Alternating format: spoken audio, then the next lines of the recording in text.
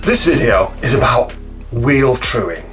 What that means is, having built this wheel in a previous video, I haven't yet made sure it's not egg-shaped, sticking out in one side, or whether it waggles from side to side. And what I intend to do in this video is to get it so that it's true, so I can get rim tape on it and get a tyre on it so I can actually start to use it. Now, my original intention was to use my own wheel truing stand. Unfortunately, this didn't fit in it. Looking on eBay, I found what I think is potentially quite a good wheel truing stand, and they're really cheap as chips. I will put a link to it in the description, so if it works out okay, you may want one. We've also got a DTI and a magnetic stand, so I'll use that as well.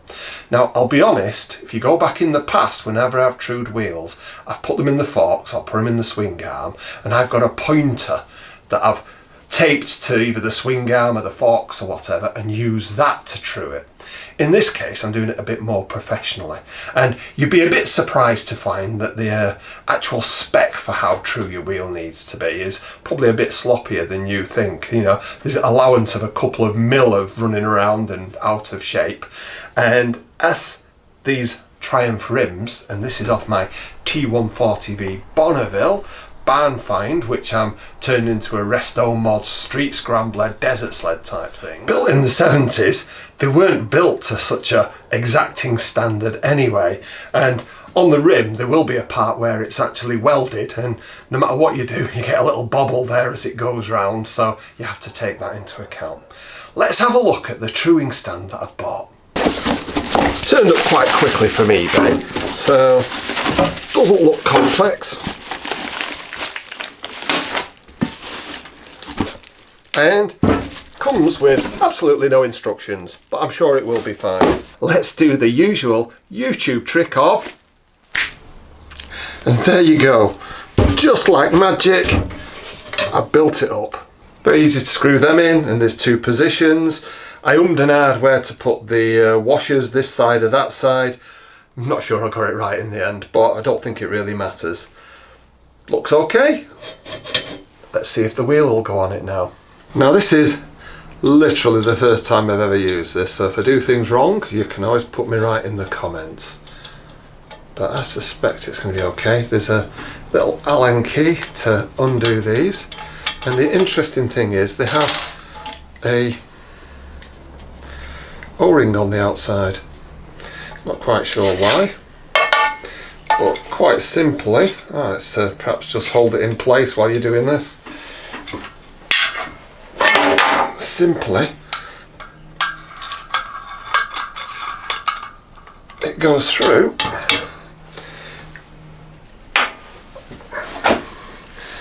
Let's pull that a bit this way. Now, I would imagine that once you've got it on here, that it makes sense to have these as close in as you can to take any sideways movement out. Now, I think that this will fit in with one of these bars moved one across, so I'm going to do that. But before I do, might as well just shove that one on.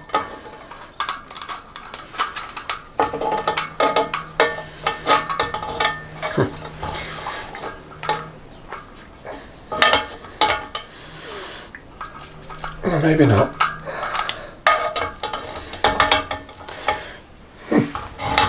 Am I going to find this won't fit on here?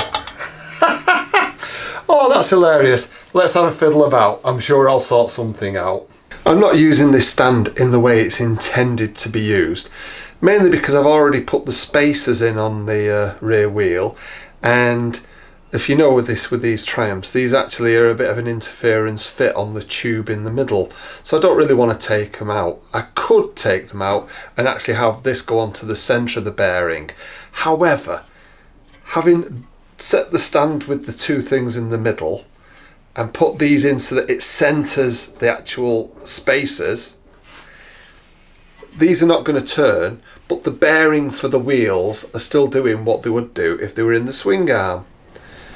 Now that's not the ideal way to use this stand, but it will work for me, and we'll see how I go on with the front wheel when I get to that. I think that when it's got the actual axle in might be a bit narrower and may work with these, but we'll have to see. Well, you can definitely see it does wander a little bit from side to side, so I need to sort that out. Doesn't look to have too bad a distortion though. Quick overview of what I'm actually trying to achieve. The wheel can be out in two ways. One, it can be egg-shaped. What I mean is that bit is further out perhaps than this one. That's one way it can be out. The second is that it could be moving from side to side as it's going around. Now, there's no real correct which one to do first. You have to do both, and you have to keep revisiting both, and you have to visit it all at the end again. So just know the technique, and then you put them together as best you can. Talking about the egg shape, that's the way this part of the wheel is further out than this part. What I need to do is I need to pull this part in, but I can't just tighten and pull it. What I also need to do is slacken the other side so that as it does pull across, there's actually some slacking system for it to go. So I find the worst part first, and on the opposite side, directly opposite, I'll loosen all of the spokes, working my way around. Most in the middle, and I'm talking quarter of a turn down to next to nothing of a turn. Most in the middle, but working my way out. Then I'll turn the wheel round, and starting in the middle, I'll tighten it. Most in the middle of where the deviation was to pull it down, working out a little bit less, a little bit less. Now, I'll do that once, then I'll use either a pointer or the DTI to see where I've got to. I might find now that it's egg-shaped in this position, so I'll do the same again. I'll find the worst part, I'll go to the opposite side, slacken, go back to where I'm trying to pull it in and tighten. I do that until the pointer and the DTI tells me that I've got it within spec. So the next thing to look at is the wobbling from side to side. It's known as the runout. In this case, what we're looking for is using our pointer or our DTI is find the worst bit. Say it's over that side and it's the worst bit. And we could probably measure it with a DTI. If we've only got a pointer, we can't, but we can find the worst bit. Find the worst bit, and what I tend to do is I put a marker on. I use a little bit of a sticker just on the rim, just so that I know that's the worst bit that I'm looking at. And then I'll go around the arc, and if I've got a measure such as a DTI, I can perhaps say, well, if this is 3mm, that's where it's only 2mm out, and going the other way where it's 2mm out, and I'll put stickers there as well. So at the worst part, which you've marked, you find the spokes that come from the hub on that side. The opposing spokes come from the hub on the other side. And the idea is that what I'll do is it's pull this way. So I'll slacken this side and I'll tighten the opposing side to pull it across. And where I've marked it, I'll perhaps do quarter of a turn of slackening and a little bit less till I get to my other marks. Then I'll go on to the other side and I'll tighten, starting in the middle again, so it pulls it across, and you don't need to be moving the nipples a lot. Quarter of a turn is actually quite a lot, so a little bit at a time. Once I've done that, I'll then test it again. I might find now that the worst bit of run out is actually going the other way at this point. What I'll do then is I'll mark the worst point on the opposite side, where it gets less and less and less, so perhaps where it's only 1mm out or maybe 1.5 mm, and I'll start in the middle again, slacken on this side this time, tightening the ones from the hub, the opposing ones on this side, to pull it this way. You work your way around. You might have to do that a dozen times, you might have to only do it twice until you get the wheel within spec. Right, let's see how I get on with this wheel. In setting up the DTI, what I've done is I've found the furthest that way that the wheel is and tried to get the pointer to just touch it at that point. Now, as you can see, the larger needle deflect quite a lot. But the bit that we're really interested in is this smaller needle, and each one of the increments on there is 1 millimetre, and we're looking to get this as close to 0, but in reality under 2 millimetres from side to side. Now if we watch the little needle, ignore the big one, it does get a bit distracting. We can see it's actually 4 millimetres out at the moment, and by moving this round I can see that it's around about there, that this is furthest that way. So what I'm going to want to do is adjust the spokes to pull this side that way, and maybe where that is, to pull it a little bit the other way. I may have to move the DTI a few times, but at the moment I can see I am 4 mil out. So I'm going to go and get the spoke spanner and we'll have a look at how I'll try and adjust that. Now, perhaps counterintuitively, what I'm going to do is I'm going to try and pull this side this way a little bit. The reason being is I know that the rim is offset towards the disc side, and this is the disc side. So what I would like is, that's where it's 0, and I'll mark just a little bit of a mark there so I know that's the 0, and up until about there we are 2 mil, and if I go the other way, up until about there, we are about 2 mil off. Having marked with tape the rim so that I know where the middle of the deviation is and the extent to which I want to adjust, I'll start in the middle and I'll start with the ones on this side, and what I will do is I will just slacken them off. Right, and you have to get your head round, it's tightening that way, so this is slackening. So I'm going to slacken these off, probably a little bit more here, maybe up to half a turn, and then as I get towards the other part, I'll perhaps take it just a little bit less.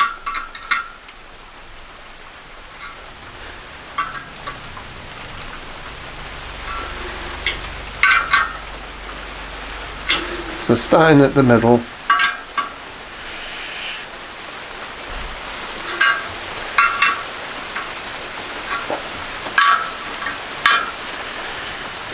and again just getting it to where we are here, and then on the other side, starting in the same spot, what I'll do is I will actually tighten it a little bit more. Having done that, you can perhaps see now I've brought in a little bit, but it's still quite a way out. So what I'll do is I'll put the marks on again at the furthest it is and the section that I want to do, and I'll go and do the same again. Having checked it again, now I'm going to adjust this side of it. So I've centered the bit which I think is furthest over that way, and that's the point where it gets to 1 mil, and that's the point where it gets to 1 mil. So what I'm going to try and do now is to pull this rim over this way a bit. So I'll start here and I'll just go with about 1/4 of a turn, because I'm not a massive amount out, remembering which way I'm going.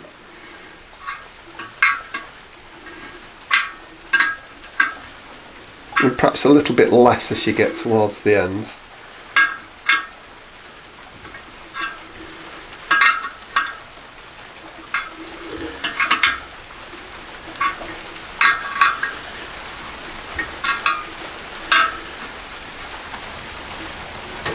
And I'll come around that side and I'll tighten them. Again, starting in the middle, so I'll move out from this way. And yeah, so make sure I'm going the right way.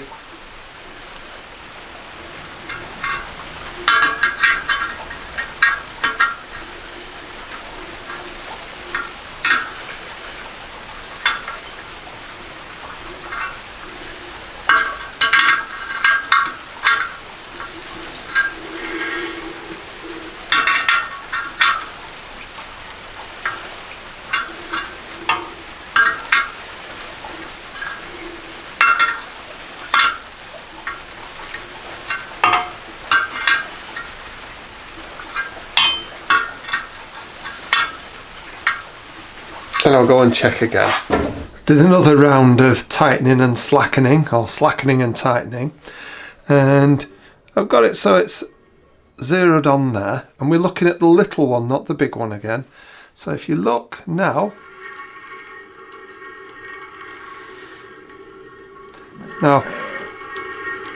I think that's probably good enough. It's within a millimetre all the way around. So when you remember I started with 4, I'm very pleased with that. Now I will try using the DTI on another point, perhaps on the other side of the rim, just to confirm there's not some sort of strange vagary, but I'm pretty confident that's going to be okay. So I need to check for egg-shaped now. And to check that it's not egg-shaped, if I run it round here, I've not actually got it to the 0.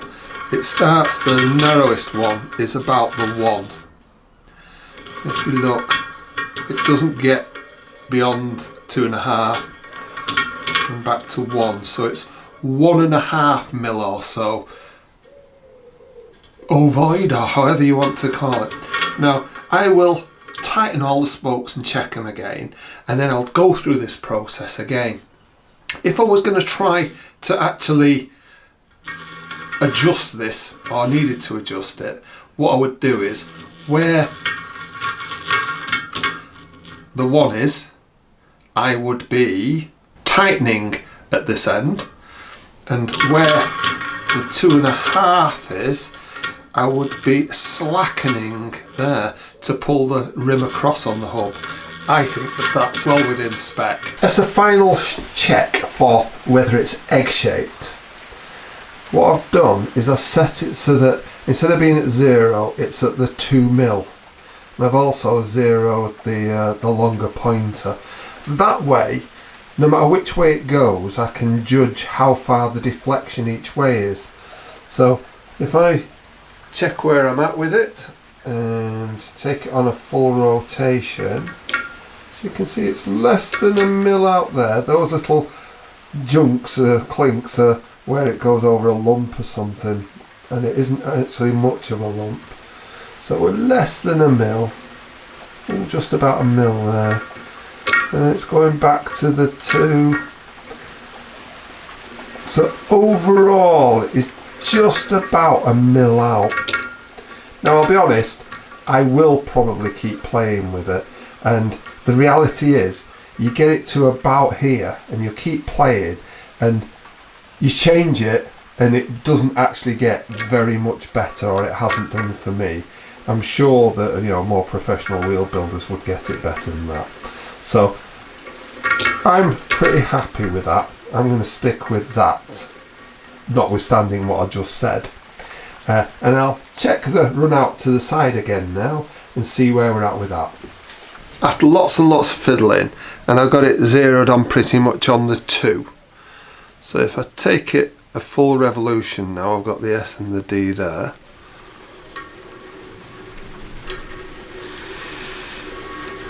Now I think I've got it to pretty much 0.5 millimetre there, maybe a little bit more. And every time you adjust it, you might even get it further away sometimes, but I am pretty pleased with that. And I'm going to stop there, make sure all of the spokes are tight, and that's it. I'm about to start putting a tyre on this particular rim. It's a bit fiddly, but overall I'm very pleased with what I've done. And you find when you're adjusting it, you'll do it one time and you actually feel like you've made it worse. And the trick is just to keep going, a bit of patience, and don't expect perfection. Aim for perfection, but you'll find that with these old rims and spokes wheels, you never get them absolutely perfectly there. I've got this to within about 0.5 mil, might be slightly more than that. Wobble that way, wobble that way. It looks sometimes worse because the rim isn't completely even where it's been welded and such like. I found using this truing stand very, very useful, and using the DTI, well, I think it's a great idea against just using a pointer and judging it for yourself. However, Because the needle deflects quite a lot, you do start getting a bit concerned when you're putting it round and it's going ooh, ooh, ooh. But in reality, it's actually only showing you a little bit of movement. It's not showing you, you know, that it's actually massively out. I'll put links for both a DTI and a magnetic stand, and for this truing stand in. And if you're going to have a go at this, you should find it reasonably easy. Final thing though, I did check that all the spokes still sound nice and ding dong, yeah? Because while you've been tightening and loosening, you might have left something loose, and you do want them all the same sort of tightness. Remember, they tighten to about 4 Newton meters, so it's not massive, so don't be, you know, giving it sort of grief on these. I can't wait to get the front wheel done, tyres on, and start getting the frame together now. So why not subscribe and see what I do with that?